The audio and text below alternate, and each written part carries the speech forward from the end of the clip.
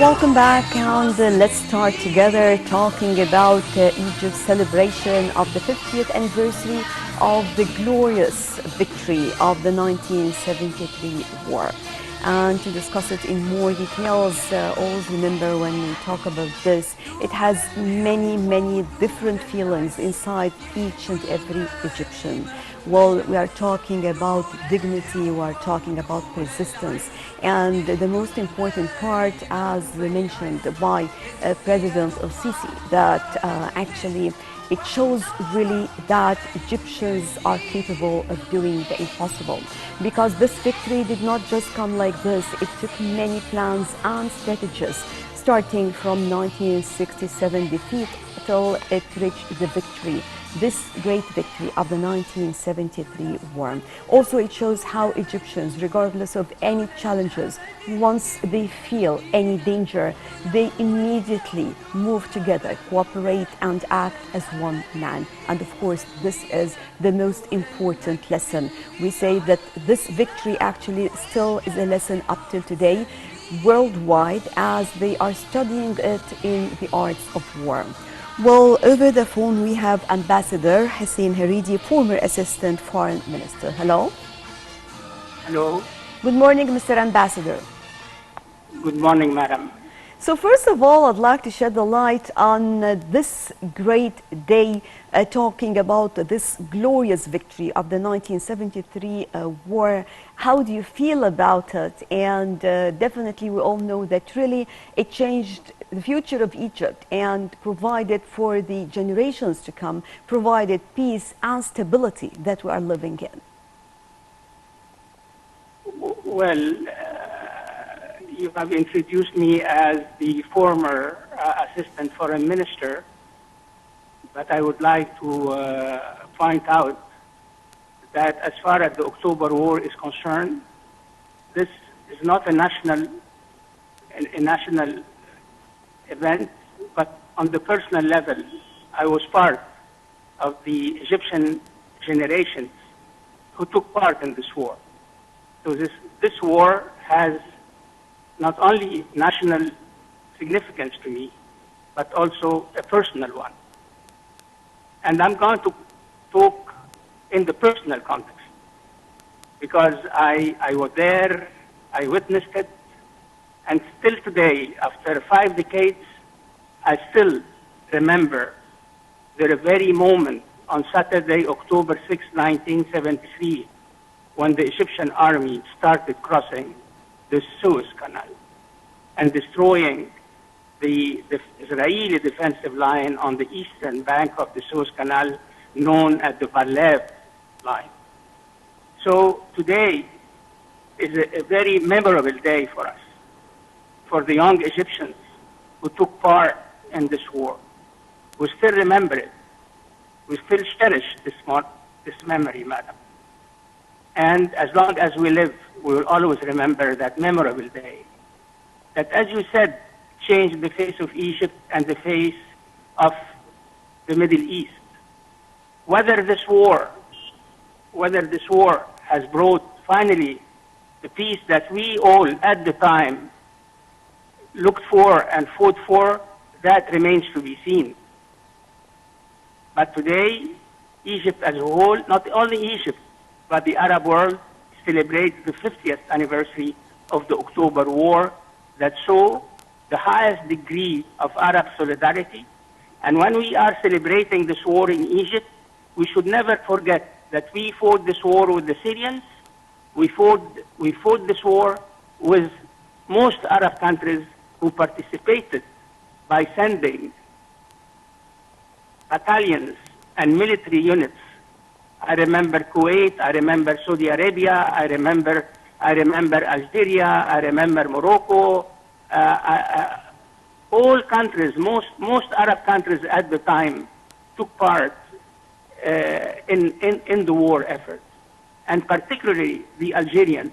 The Algerians made really try to make a difference after the outbreak of the war, and they sent us hundreds of tanks to help the Egyptian army repel the Israeli counter-offensive after the what the Israelis laid siege to the Egyptian Third Army in the Sinai Peninsula. So this day for us, madam, I don't know what about the younger Egyptian generations, but for us, it's a very cherished day. Mr. Ambassador, just as you started talking about it as you were part of this glorious victory, it is always, it gives us pleasure and interest to learn more about it whenever we have the chance to hear from someone who was really part of this, participating and lived or just go or went with the whole experience, because this means a lot, of course. So you were talking from your own personal part or insight. Yes, tell us more about your feelings, your role. How was it at that time? How was it? How was it? It was great. It was great, madam. We waited for 6 years after the 1967 defeat. We waited for 6 years for this day when the Egyptian army would cross the Suez Canal to liberate Sinai from the Israeli occupation. And I remember on this day, Saturday, October 6, 1973, at 1:30, there was a statement broadcast that the Israelis have started attacking Za'farana. Za'farana is a point in the Red Sea. That was 1:30 on Saturday, October 6, 1973. And being young officers, we went to our commanding officer and we told him, sir, till when we won't retaliate against the Israelis? And we were furious at the time. And we said, if the Israelis keep attacking us, we should immediately attack them, whatever the consequences are. And he looked at us. I still remember his looks.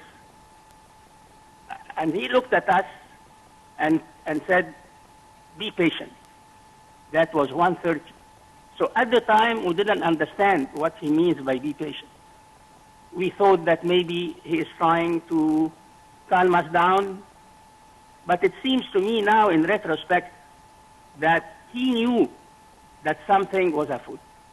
So at 2 o'clock, another statement came out saying that the Egyptian Air Force started pounding the Israelis' positions and reserve forces in Sinai.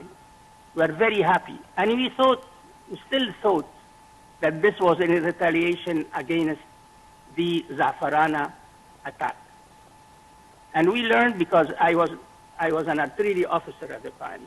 And we learned in the same time that while the Air Force has started pounding the Israeli positions, that the artillery of the 2nd and the artillery of the 3rd Army started targeting the Israeli fortifications along the Bar-Lev line.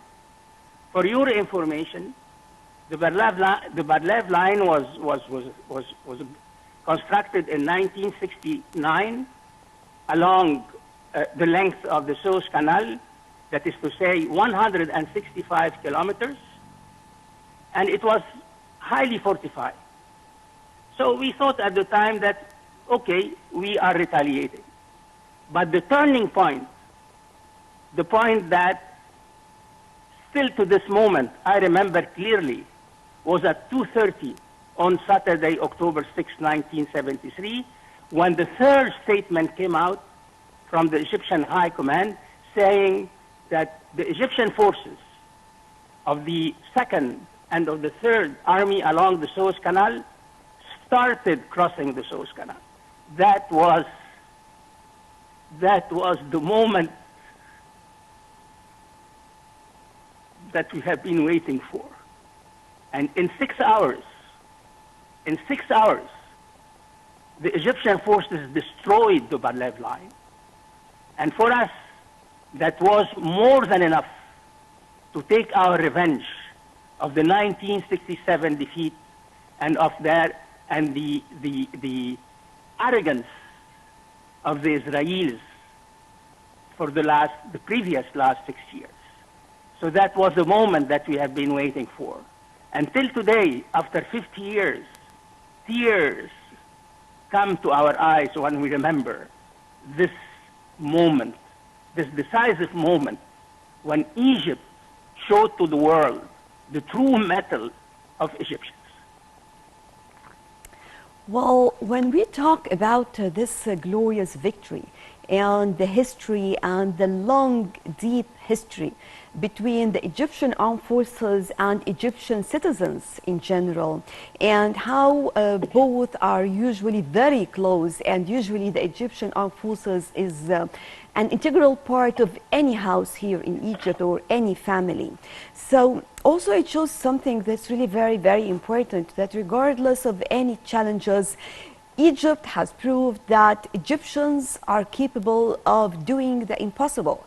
And whenever we face any kind of challenges, immediately collaboration will be the first or on the top of our priorities, and all of us will be acting as well one man. And I think this is the strength of the Egyptians. How do you see it? Well, of course, there is a historic bond that has always been a historic bond between the Egyptian army and the Egyptian people. And that goes back to what we call the Ahmad Arabi revolution in 1881. And from 1881 till today, those members of the armed forces are part and parcel of the Egyptian people. And as you rightly said, there is almost no home, no house in Egypt that hadn't a son or a brother or a husband or any other relatives in the Egyptian army. And there is no house in Egypt that doesn't have or does not remember a martyr in the various wars that we had against the Israelis from 1948, passing through 1956, 1967, the war of attrition from 1969 to 1970, and then the October War. So this relationship, this is something that the world does not understand about this historic relation between the Egyptian army and Egypt as a whole. Usually when you read any analysis on any coverage of the Egyptian army abroad, they say the Egyptian military, as if the Egyptian military is like any other military in the world. And this is something that escapes them. That the Egyptian military, that there is no something called the Egyptian military, in the Western sense or the scientific sense. But that you cannot distinguish between the army and the people in Egypt. Just when we talk also about martyrs, because of course we can never forget them, and their names are deeply engraved in our hearts. And when we have seen President El-Sisi awarding families of the martyrs and showing that we will never forget them actually, where else in the world, just when I was watching or listening to the mothers talking actually, nothing is precious more than our sons or her son. So, and when she lost one of her sons as a martyr, she came out to say that I'm ready to give the other son to be member of the Egyptian armed forces. And actually this statement meant a lot, and I think I will never hear it elsewhere. Well, of course, and this is only goes to show, madam, to demonstrate a further proof of this relationship between the close relationship between the Egyptian people and the Egyptian army, because the Egyptian army is made of Egyptians, is made of ordinary Egyptians from the countryside, from the rural areas, from the urban areas, from everywhere in Egypt. There is no place in Egypt where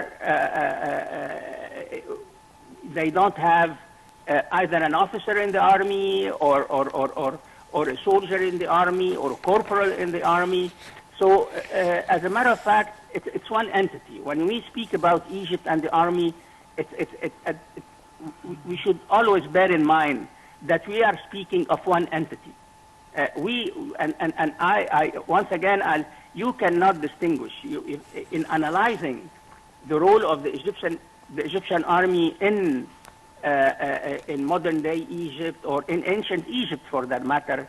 You cannot distinguish between. We cannot say that objectively speaking, I mean, that there is an army facing the people. No, we are one entity. Sir, how do you see the concept of the fuel battle that really supported the idea and played also a major role during that period of time? I'm sorry, I didn't get what you.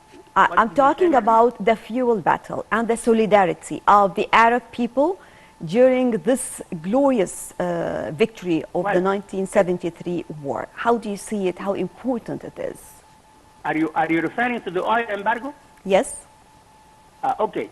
No, the oil embargo was part of the Arab solidarity.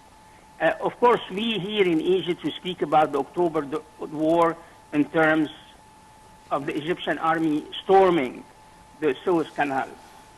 But the fact is that we fought this war with the Syrians. The Syrian army was with us.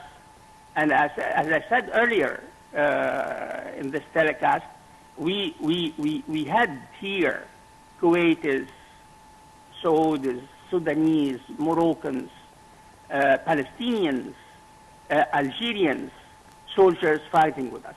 So the oil embargo was part of the support, of the Arab support for Egypt and Syria, waging this war of liberation and taking revenge of the 1967 defeat.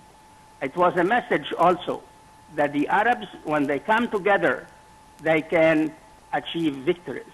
And then, as the American president, the former American president Abraham Lincoln in 19th century said during the American Civil War, that united we stand, divided we fall. And this is exactly what we could say about the Arabs supporting the Egyptians and the Syrians in the 1973 war. When we were united, we stood and we fought and we achieved victories. And when we are disunited, then of course we don't achieve whatever we want to achieve. Right. Thank you very much, Ambassador Hussein Haridy, former Assistant Foreign Minister. Thank you very much for joining us.